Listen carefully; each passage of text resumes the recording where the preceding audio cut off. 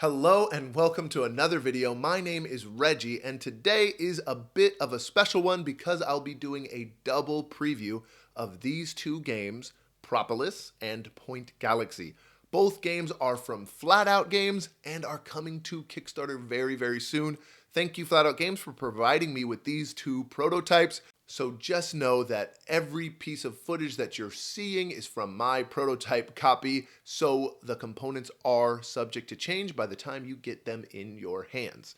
How I like to do my previews is just give you an overview of the game, generally how it plays, show you some components, show you some of the interesting things within the game mechanics, and then at the end I'll just say why you might like it or not. So we're going to start with the one that looks a little more familiar, which is Point Galaxy. And the reason that I think I'll just pull up the rulebook here is that it is very reminiscent of, you might see in my background here, Point City and Point Salad. It's two predecessors. So they're very intentionally showing the parallels. It is a very simple drafting mechanic in Point Galaxy, exactly like the other two games, but they've just added one notch, just added a couple layers of strategy to the game that we'll talk about when we get into the cards. So how does it play? On your turn, you are just going to be drafting two cards. Then you're going to add them to your tableau, which is known as a galaxy. There are multiple solar systems. Each column is a solar system.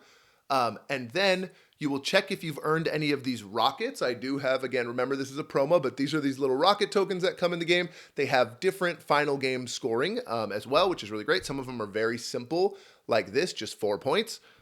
Then you will refill the market. That's it. 4 steps in your turn sequence every single turn, and you will all play until everyone has taken 13 turns. So I've been playing this several times solo, just getting the hang of it and just really getting into it.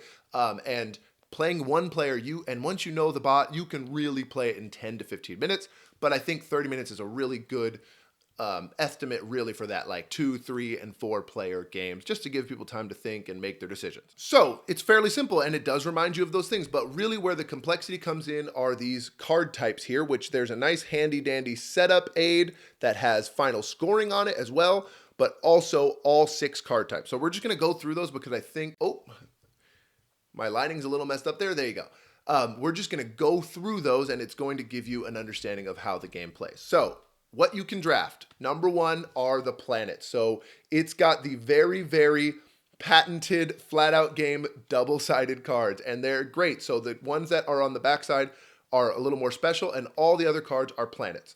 So if you'll notice, this planet has a number, a color, and some of them come with a couple other symbols over here, which are the rockets. Okay, so every time you get a multiple of 5 of those rocket symbols in your tableau, you're going to be able to draft one of the rockets. But the big thing about the numbers here is that you can put this planet down in any column. And then as what you want to do after that, when you get a new planet, is you can either tuck it behind or you can play it in front. But the number is what matters. It's very much a sequence building type drafting system. So when you're putting them in your tableau, now that I've started it from 4 going down to 1, I can no longer mess with that sequence in this column. So I can only play above this. The numbers go from 1 to 7.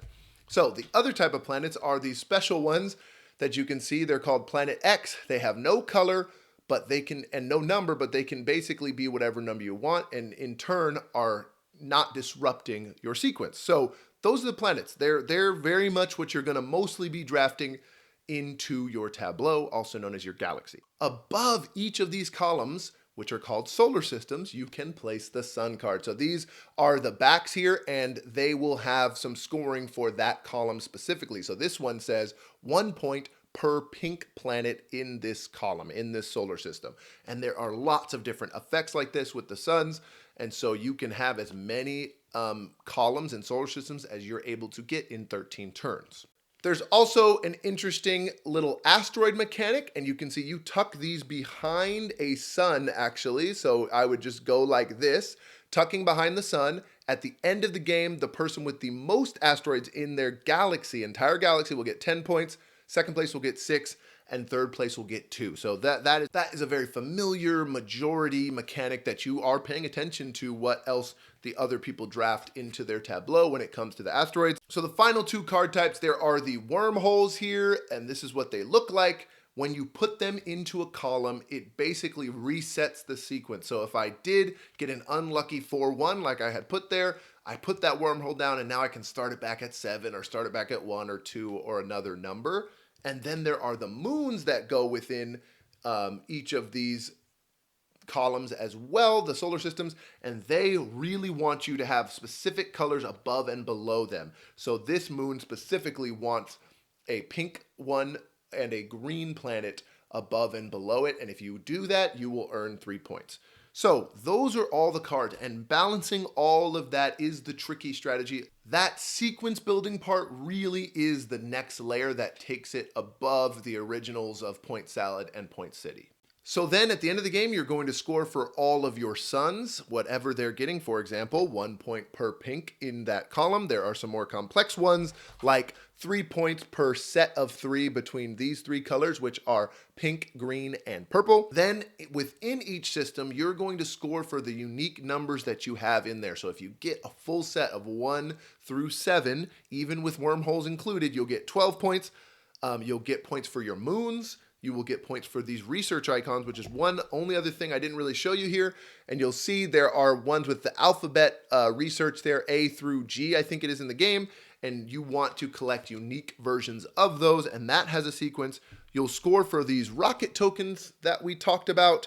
And finally, you will score for the asteroid majority. So there's lots of different ways to score. It does actually feel more like a Point Salad than Point Salad did.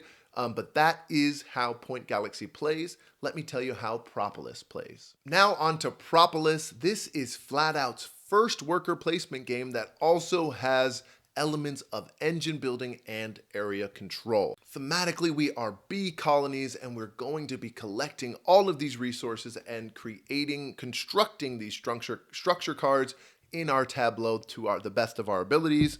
There are, again, the very much patented, the very much patented two-sided cards. On the back, you'll be going to these spaces to gain resources, and then you'll be creating these structures in your tableau as best you can. So there are 5 actions in the game. You can place out some of your beautiful beeples. They are workers that are bees, so they are beeples, not meeples. And you can place as many on a card as you want. There are multiple card rows in the game. Some of them will just be very straightforward in giving you resources. There's this awesome board that you will be adjusting your tracker to see how many of each resource you get when you place them there. There's also some special spots where you might be able to exchange your resources, as well as when we'll get a new bee back from the middle supply of your color. The second action will be that you get to fortify a beeple. So you will be taking your worker and flattening it, laying it flat on the ground, which triggers that action space again. So you can get a resource again, get a bee again, swap again, whatever it is. You get to do that to 2 bees. It also makes them worth 2 for the area majority check that we'll talk about in a moment. Number 3 is just bring back all your workers. You can retreat all your worker beeples whenever you need to as an action on your turn. As the action on your turn, I should say. Number 4 is that you can construct a structure card. So I'll put one out that's a little more straightforward here. But if you look at this card, at the bottom, it costs 4 of the purple resource and 2 of my bees. I'll have to put 2 beeples into the middle there. But up top, it's got a guild. There's A, B, C, and D for some final scoring, as well as now this card. If I were able to construct this, now I have 2 permanent blue resources that I get to use going forward. That is very reminiscent of Point City, actually. Finally, number 5, there are these special Queen's Palace cards, and there will be 5, 6, or 7 depending on player count out there. They are one-time purchases. Everybody can only buy up to 1 of them. There may be a game where you aren't able to do it, but instead of spending resources from your board, you need to spend permanent resources. Like I said, you need to have these resources up top. You need to be at the threshold in order to claim a Queen's Palace. So that's the majority of the game. The only other special piece is those majority check moments. So if you are ever able to place bees onto a card and that row no longer has an empty card, you will check for majority. So if that entire row has beeples on it, you count up the standing up beeples that are worth 1 point and all the fortified laying down beeples that are worth 2. Whoever has the most is going to have the majority. They get to get all their beeples back and gain a wild resource. But also the person who triggered the majority check will also get a wild resource, which can be very handy, especially if you know you're not going to win a row. You could still go there, complete that row so that you can get that wild resource. If there's a tie, you will stay there on the field. That row will not move until someone in a future turn that's on that row will break the tie by fortifying their beeples, aka placing them sideways to make them worth 2. So that's pretty much the whole game. You can see where the area majority has to do with the rows. You're going to be gathering resources with these worker beeples, and you're going to be doing a lot of engine building similar to other flat out games with permanent resources in your tableau to allow you to make some future purchases. So why might you like this game? So I'm going to go right into Propolis and I'll go back to Point Galaxy. You really might like Propolis if you want a big game in a small box. This has player boards, resource management, engine building, worker placement, and tableau building, all in a very small package. I think definitely that is the biggest draw for this game. It is a lot of game in a very small package, very portable. It does have elements from all these games and it ties it in very nicely to be an experience that kind of feels familiar from the other flat out games, but is definitely a fresh new take on what they've done in the past. So check this out if you want to see Propolis, which is really their debut worker placement game with undeniably adorable beeples and their patented engine building design flair.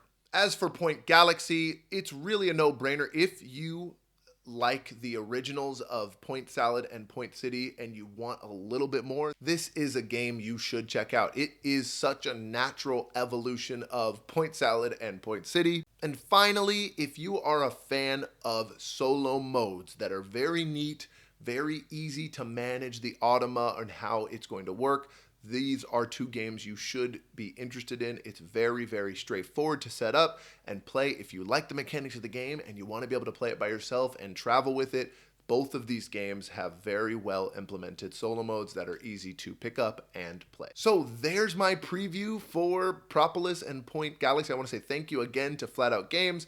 Check these games out on Kickstarter very soon, and I will see you in the next one.